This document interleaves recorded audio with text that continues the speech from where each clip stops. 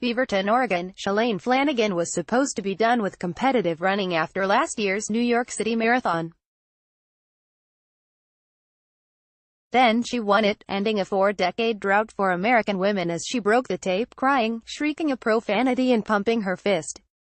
5 months later, in April, the 4-time Olympian was back on the starting line in Boston, finishing 7th, and in 82 days on November 4, at 37, she will give New York another go. Flanagan said returning to New York is like being in love, or something like it. When I think about running New York, I get a feeling of ecstasy. My stomach turns, she said. It's like if you're dating someone and it goes well and you want more. But love doesn't always make you do rational things. Flanagan does not need to run anymore. Nike, where she is a top talent, has given her a standing offer to begin coaching the team of women she has built with her coach, Jerry Schumacher. The company even named an executive parking spot on its sprawling campus after her, though it is not reserved for her. When I experienced winning New York last year, it was like when you're sitting on your couch and finally something happens that you didn't realize would happen and it excites you, she said recently after finishing her second run of the day. But this was my real life. It was the outcome of always wanting it and not knowing if I was going to get it. And suddenly everything I'd worked for was validated. I got it. As for the finish line profanity, transformed into memes, she said, by nature, I tend to curse a lot. New York, win or lose, was going to be the perfect capstone for Flanagan's career, until she fell back into the rhythms of her running life and decided she did not want it to end. She could have retired years ago and still have been great, Schumacher said. But we knew if she kept going, that final pinnacle might come. And then in New York last year, she got it. I think, he added, finding the right women to train with kept her motivated to see what might happen. And who knows, we're still finding out. After standout distance performances at the World Championships last August, Flanagan's win in New York capped a watershed year in U.S. women's distance running milestones, and led to more. In Boston in April, her teammate in the Olympic marathon, Day Linden, became the first American woman to win the Boston Marathon since 1985. Suddenly the American women are ascendant in a way they have not been before. My win in New York changed the trajectory for other American women because we're friends, we're teammates, Flanagan said. And at some point they've beaten me too, so I think it was a great motivator. You don't get to choose your moment, and I think when I had mine, they thought, why shouldn't I win too? Still, for Flanagan, whose lifetime goal had been to win the Boston Marathon since she grew up nearby watching her father compete there, the acclaim as the first American woman winning a major American marathon in a well was bittersweet. Flanagan, and many observers, including the Olympians she's recruited as teammates, describes herself as an alpha among alphas. This seems like a fair appraisal. If, for example, you are supposed to meet her around 8:30 a.m. for a run, and if, for example, your car service takes a wrong turn, making your meeting time vacillate between 8:32 and 8:33 and you do not text her because you keep hoping the estimated arrival time will decrease, you will get a call at 8:32 asking if you are lost.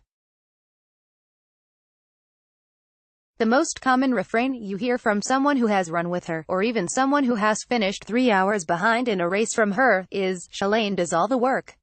When you ask them to say more, they mention how she has certainly run more than 100 miles a week for most of her adult life and probably does all her stretches, too.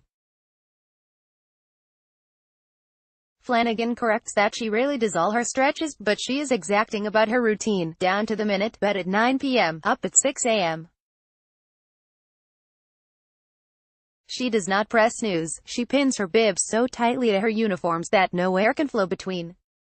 The point is, most of that work really is on the less glamorous side, but she has shown up to do it for a remarkably long time.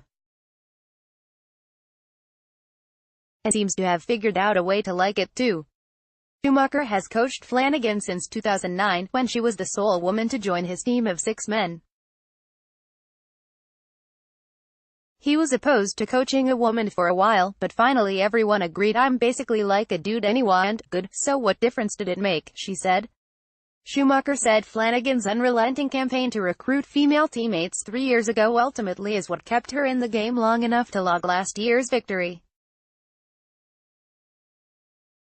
She and her husband, Steve, who is a former runner she met at the University of North Carolina, are spending this fall seeking to adopt a child.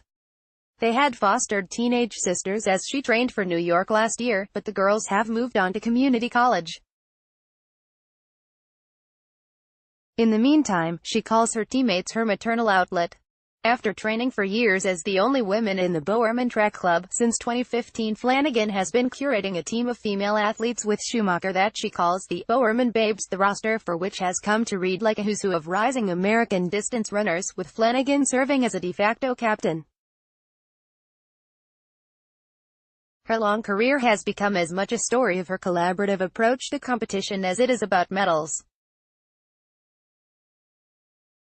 She has embraced rising talent, instead of racing against it, and that has helped reinforce her own gifts. Even more, leading that talent has kept her in the game long enough to maximize her own potential. Flanagan finished 7th in Boston in April, a race she desperately wanted to win. Distraught and contemplating retirement, Flanagan used the opportunity to train to pace her much younger teammate Shelby Houlihan to her American record-setting 5,000-meter race last month, a race at which Flanagan was once one of the best in the United States. That effort got her back up to the speeds that she is now using to fuel her through New York. And so on a recent sprint workout on Nike's forested track in Beaverton, Flanagan gamely chased her teammates Kate Grace and Colleen Quigley, both about a decade younger, around the oval.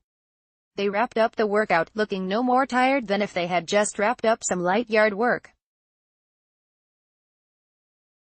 As they reviewed their workout, Flanagan delightedly referred to herself as the grandma of the group. And then, it dawned on her, the laps she'd just run with them were faster than any she had logged in 8 years.